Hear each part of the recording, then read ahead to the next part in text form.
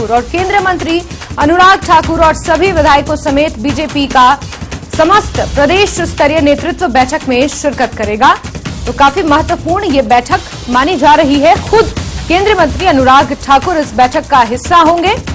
प्रदेश अध्यक्ष डॉक्टर राजीव बिंदल और नेता प्रतिपक्ष की अगुवाई में ये बैठक आयोजित की जानी है। तमाम विधायक और भाजपा का प्रदेश नेतृत्व इस पूरी बैठक में शिरकत करेगा। साथ ही आपको ये बता दें कि पीटर हॉफ में शिमला में ये बैठक रखी गई है और केंद्र सरकार की 9 साल की उपलब्धियों को किस तरीके से जनता तक पहुंचाया जाए, लोकसभा 2024 के लिए किस तरीके से अपने ग्राउंड को मजबूत किया जाए, इस पर मंथन किया जाएगा। तो पीटर हॉफ में आज ये अहम बैठक रखी गई है जिसमें भाजपा के तमाम पदाधिकारी, प्रदेश का आला नेतृत्व, विधायक, नेता प्रतिपक्ष, प्रदेश अध्यक्ष और साथ ही साथ अनुराग ठाकुर भी इस बैठक में शिरकत करेंगे। भाजपा प्रदेश कार्य समिति की ये बैठक है। 2024 के मद्देनजर इस बैठक को काफी महत्वपूर्ण माना जा रहा है। केंद्र सरकार की 9 साल की उपलब्धियों को जन जन तक पहुंचाने के लिए किस तरीके से आगे बढ़ना है, इसकी रणनीति पर विचार किया जाएगा। कार्य समिति से जुड़े सभी नेताओं को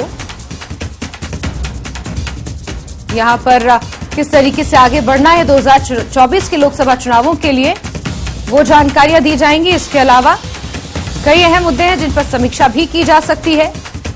विधानसभा में मिली करारी हार के बाद अब लोकसभा का चुनाव एक बड़ी चुनौती के तौर पर भाजपा ले रही है और इसी के मद्देनजर विधानसभा चुनाव सरीखे ही केंद्रीय मंत्री अनुराग ठाकुर एक बार फिर से हिमाचल में सक्रिय नजर आ रहे हैं। रणबीर हमारे सहयोगी ज्यादा जानकारियों के साथ इसी खबर पर जुड़े हुए हैं। रणबीर, आज भाजपा कार्य समिति की ये बैठक है और लोकसभा चुनावों के मद्देनजर इस बैठक को काफी महत्वपूर्ण माना जा रहा है। कितने बजे ये बैठक रखी गई है और क्या कुछ मुख्य बिंदु रहेंगे इस बैठक के? रणबीर जी हाँ, कुछ ही देर में पीटर हॉफ में ये भाजपा की जो कार्य समिति की बैठक है वो शुरू होगी। तमाम बड़े भाजपा के नेता जो इस बैठक में शामिल होंगे।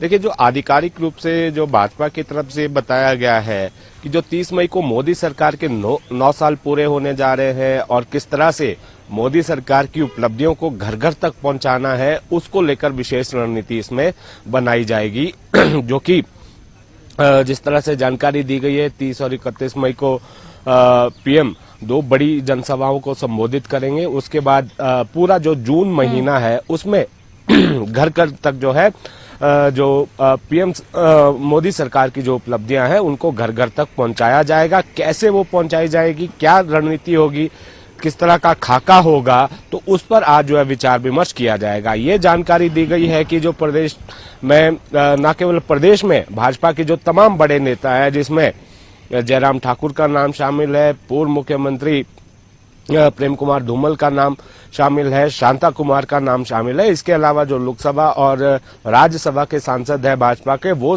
तमाम सांसद भी यहाँ पर मौजूद रहेंगे और कुल मिलाकर करीब 300 भाजपा जो कार्य समिति के सदस्य हैं वो इस बैठक में मौजूद रहेंगे। और यहाँ पर जो भाजपा के प्रदेश प्रभारी है अविनाश राय खन्ना और सह प्रभारी संजय टंडन, वो भी यहाँ पर मौजूद रहेंगे। जो नए महामंत्री हैं, संगठन महामंत्री हैं सिद्धार्थन, वो भी यहाँ पर मौजूद रहेंगे। जो भाजपा के तमाम विधायक हैं, सभी विधायक यहाँ पर मौजूद रहेंगे। तो कुल मिलाकर ये विशेष बैठक का आयोजन इसलिए किया गया है, जो आधिकारिक तौर पर बताया जा रहा है कि मोदी सरकार की उपलब्धियां जो है घर घर तक पहुंचाई जानी है। लेकिन आपने बिल्कुल ठीक कहा कि ये जो है 2024 की तैयारी है।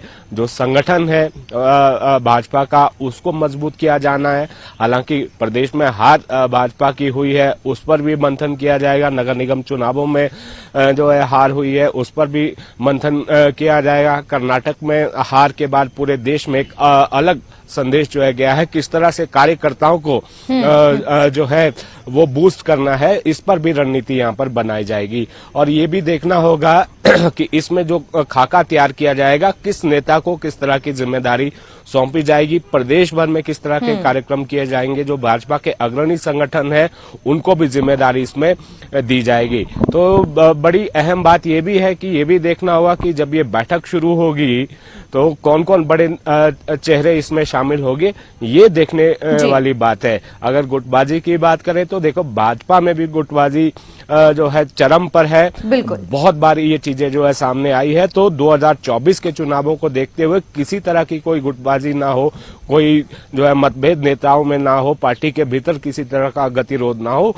इसको लेकर भी यहाँ पर मंथन किया जाएगा। और मुख्य जो निशाना है वो 2024 का चुनाव है। इसीलिए जो भाजपा की केंद्र सरकार की उपलब्धियां हैं उसको घर घर तक पहुंचाया जाएगा और तमाम जिम्मेदारी। बिल्कुल रणबीर, अंदाजा ये लगाया जा रहा है कि केंद्र सरकार की रणनीतियां किस तरीके से जनता तक पहुंचे, उसको लेकर इस बैठक में खासतौर पर मंथन होगा। और इसी से ये अंदाजा लगाया जा रहा है कि 2024 के लिए भाजपा ने अभी से तैयारी शुरू कर दी है।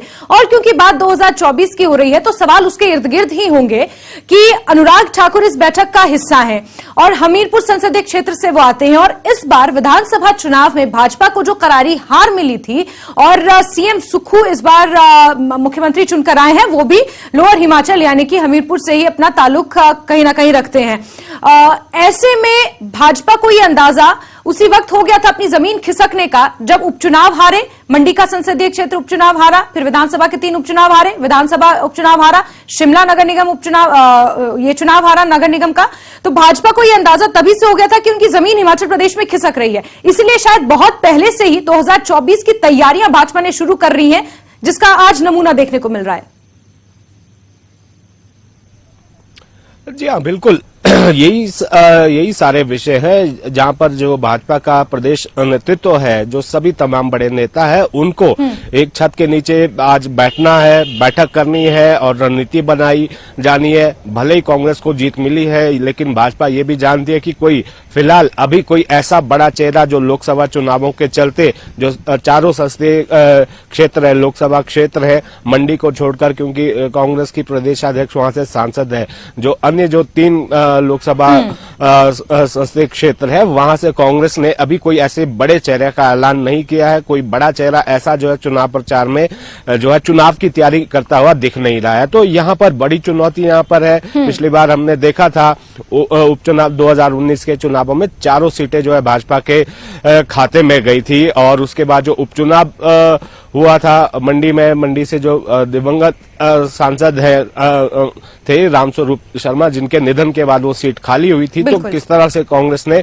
जोरदार तरीके से वापसी की थी। और ये भी भाजपा के जहन में है कि किस तरह से 4,05,000 वोटों की जीत थी, उसको जो है कांग्रेस ने उस लीड को खत्म किया, उसके बाद जीत दर्ज की। और उसके बाद उपचुनाव हुए, फिर विधानसभा चुनाव हुए और नगर निगम चुनाव हुए। तो संदेश यहां से कड़ा गया है। तो जाहिर सी बात है कि चुनौतियां भाजपा के पास कम नहीं है। संगठन के भीतर भी कई तरह की चुनौतियां हैं। भाजपा के बड़े नेताओं में रार सीधे तौर पर कई बार हमने देखी है। अनुराग ठाकुर को अगर हम देखें तो काफी समय से प्रदेश में ही सक्रिय है।